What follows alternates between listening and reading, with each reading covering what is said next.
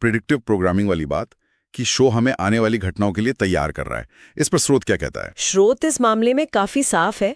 वो कहता है कि इन सिद्धांतों का कोई ठोस सबूत वाला आधार नहीं है। ऐसा कोई प्रमाण नहीं है कि द सिम्पसन्स किसी बड़े षड्यंत्र का हिस्सा है। ये थ्योरीज ज्यादातर मजाक में या मीम्स की तरह शुरू हुई। असलियत यह है कि ये शो बस प्रतिभाशाली लेखकों का व्यंग्य है, समाज पर टिप्पणी है, कोई गुप्त एजेंडा नहीं। ठीक है, तो अगर ये सब षड्यंत्र नहीं है तो फिर इसकी असली कहानी क्या है? मतलब ये शुरू कैसे हुआ, इसकी जड़ें कहाँ हैं? हाँ, इसकी शुरुआत भी काफी दिलचस्प है।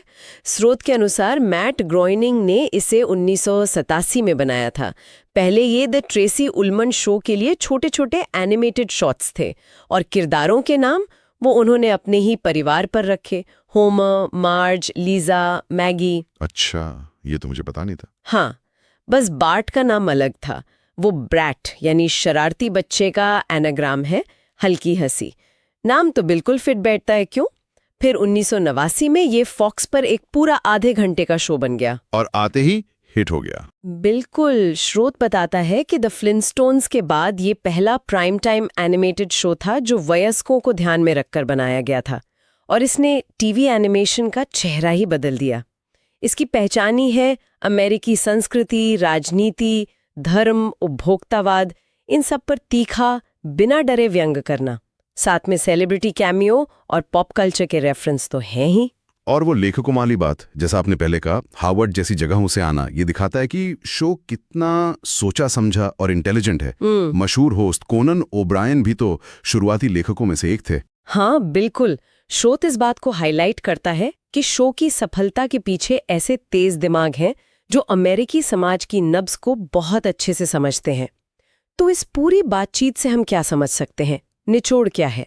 स्रोत के आधार पर देखें तो ये भविष्यवाणियां असल में स्मार्ट व्यंग, गहरी सांस्कृतिक समझ और हाँ, गणितीय संयोग का मिलाजुला रूप है। और षड्यंत्र के सिद्धांत सुनने में रोचक लगते हैं, पर उनके पीछे कोई ठोस सबूत नहीं है। और शो की असली कहानी वो ये है कि ये अमेरिकी जीवन का एक बहुत ही चतुर, लगातार विकसित होता हुआ और मजेदार आईना है, जिसे उन लोगों ने बनाया है जो इस समाज को अंदर बाहर से जानते हैं। बिल्कुल। और यहाँ एक सवाल सोचने के लिए छोड़ जाते हैं। द सिम्पसन्स सिर्फ हंसी मजाक नहीं है, ये समाज का एक शक्तिशाली प्रतिबिंब भी है।